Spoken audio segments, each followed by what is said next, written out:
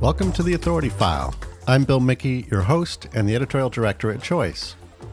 In this series, I'm joined by Connor Kelly, author of a new book called The Fullness of Free Time, a theological account of leisure and recreation in the moral life. The book is published by Georgetown University Press, the sponsor of this series. Connor is an assistant professor of theology at Marquette University. His book, which he traces back to a fateful conversation with a friend in college about how to spend their fall break, explores how we can examine and recalibrate our free time to positively influence our relationships with family, friends, and our communities. Using a fascinating blend of psychology and philosophy grounded in traditional Catholic thinking, it situates leisure time as an ethical pursuit rather than one where we spend it mindlessly binging Netflix. The book is divided between a scholarly exploration of the moral potential for free time and practical applications to some of the most popular ways people spend it: television, digital media, spectator sports, and travel. In this second episode, Connor and I break down the differences between leisure and recreation. Yes, there is a distinction, and how the flow state figures into all of this. It seems as though free time has its work cut out for it, so to speak. And I know that's a terrible phrasing and kind of a bad way to put it in this context, but given the value that American culture places on industriousness and sort of the spirit of the individual and work, meaning the more the better. Free time is it seems to be stigmatized before it even leaves the starting block. And once we even think about free time, we tend to reduce it to its utilitarian value. In other words, we feel like we need to do more work during free time to make that time seem quote unquote valuable. And that's all even before you get into the argument that there is a different kind of goodness in free time that we can strive for. So I'm curious to hear how this notion affected you as you were writing the book. I mean, did you feel like you sort of had a steep hill to climb in terms of, proving your thesis?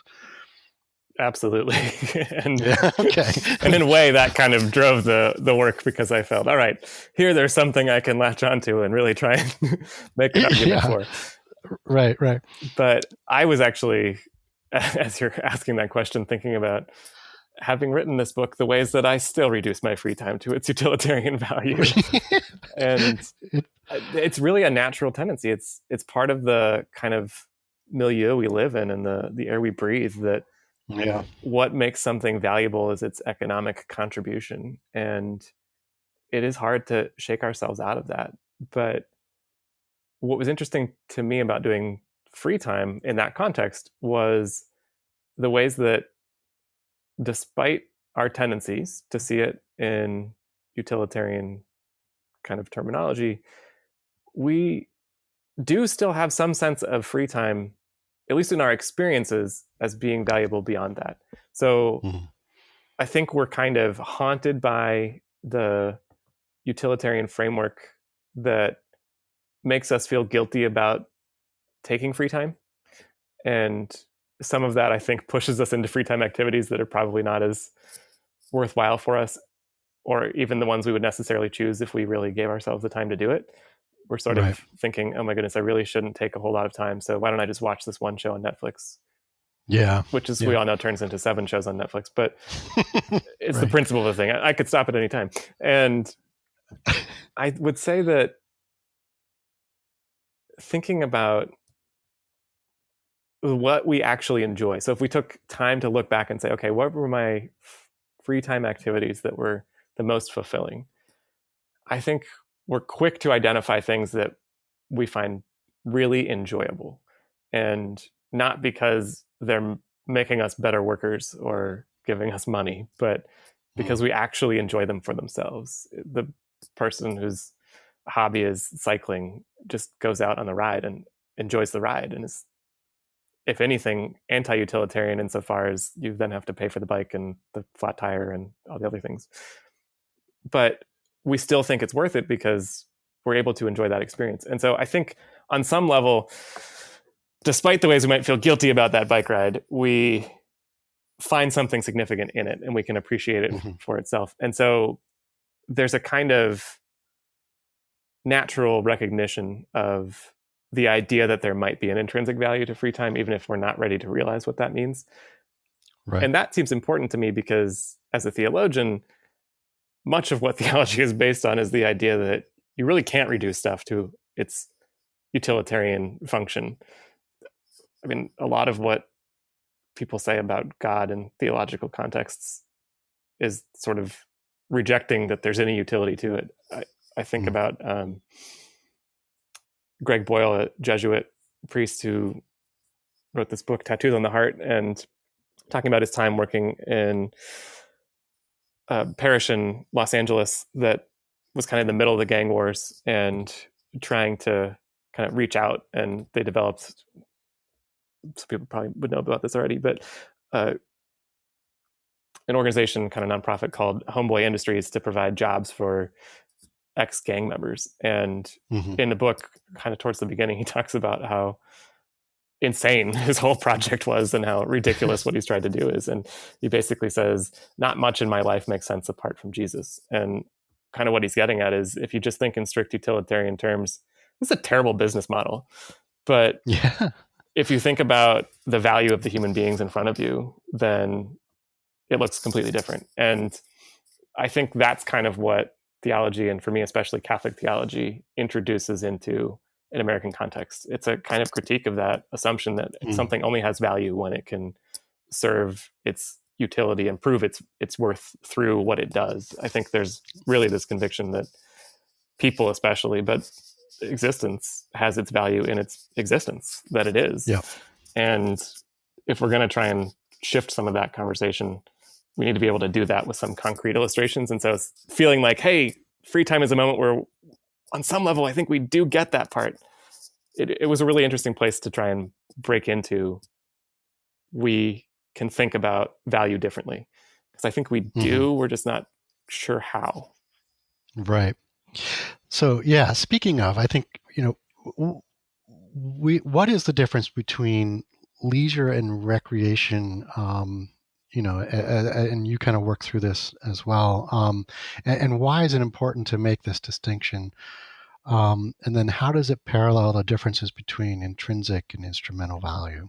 I'm glad you're bringing that up, because that's pretty central to what kind of goes on in the book and the first chapter 1, really.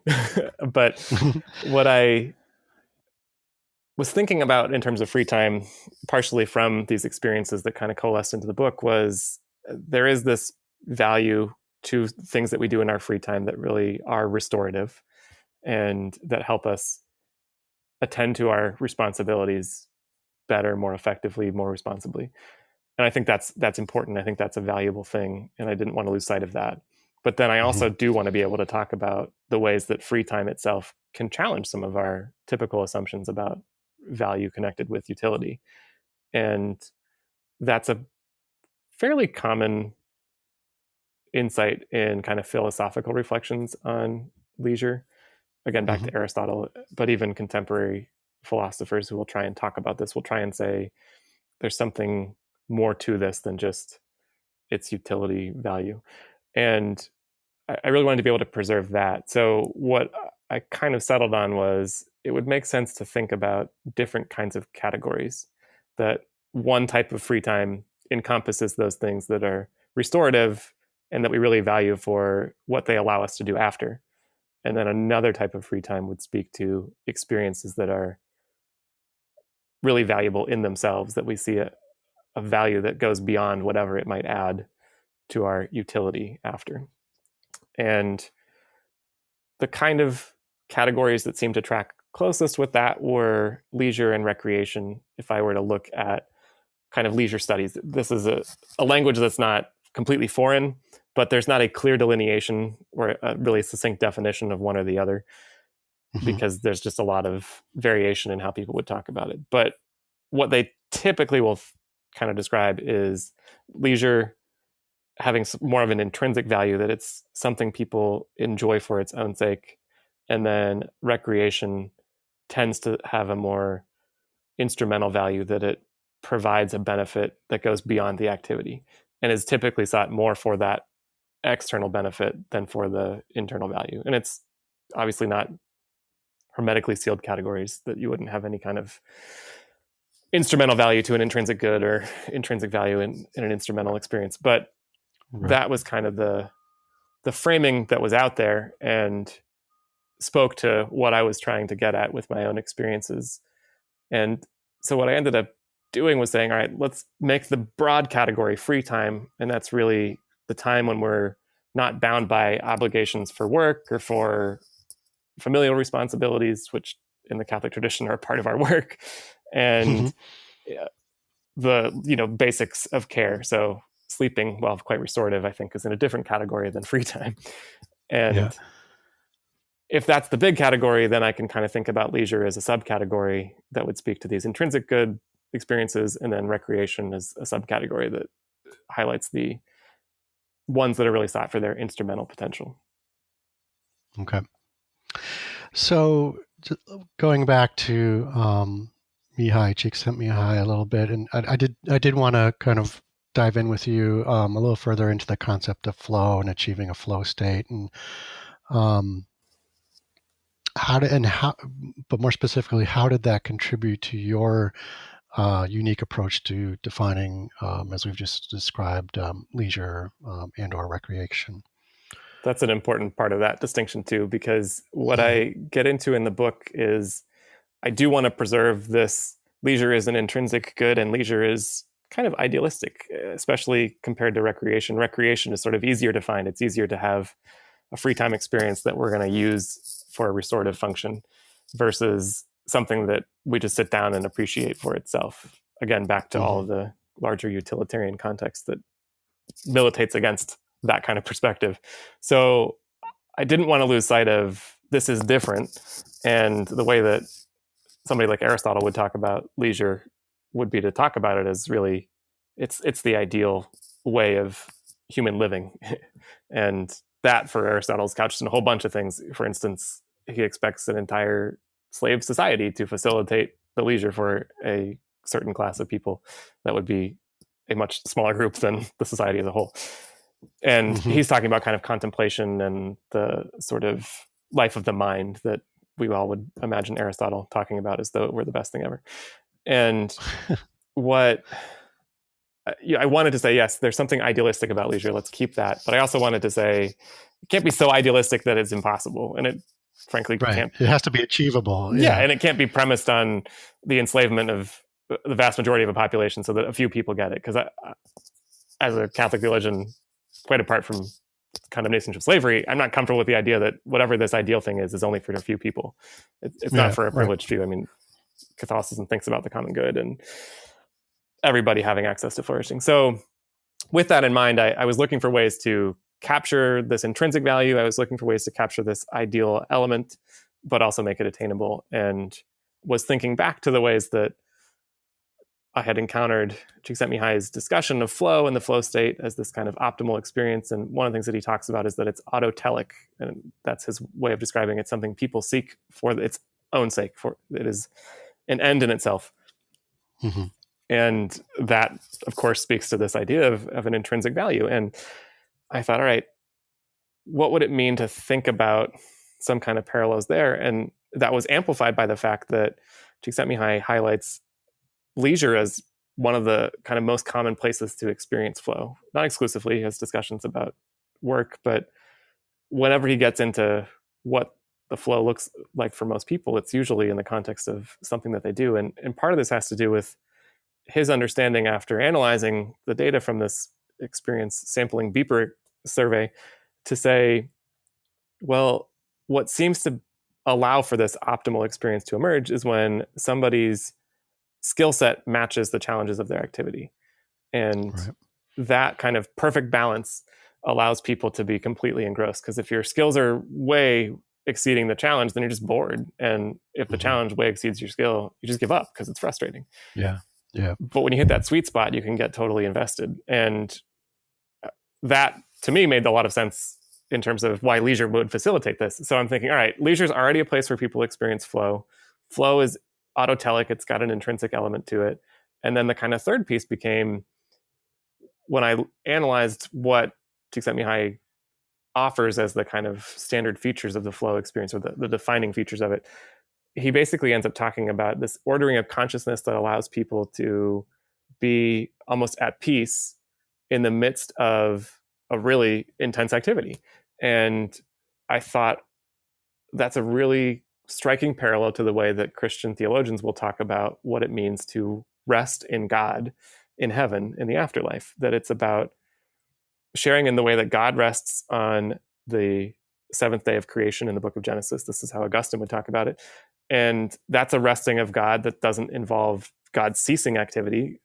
Theologians will often describe existence as a continuing work of God. If God didn't will it to be, it wouldn't be.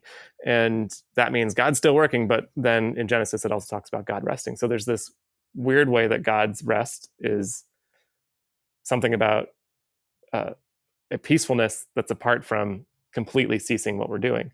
And that seemed to capture what flow describes. And so I'm thinking, all right, if flow is accessible in leisure, it's ideal and preserves that element, and it speaks to the intrinsic good.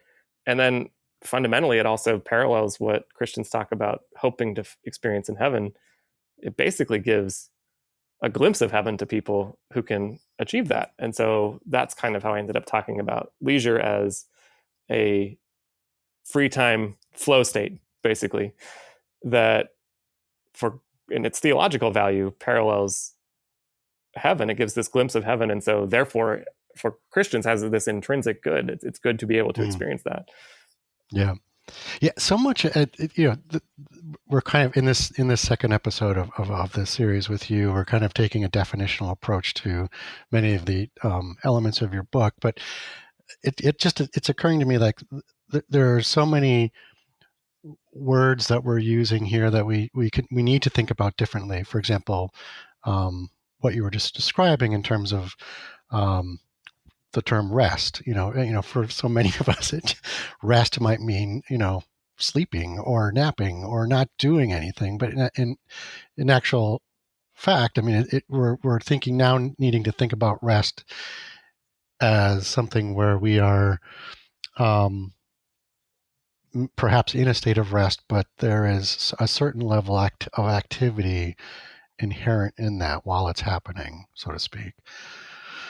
It gets complicated. And what I think helped me think through it was to associate rest, particularly in this kind of theological vein, a little bit more with peace, this sort of like being at peace, which I think we can imagine being at peace even when I'm not asleep.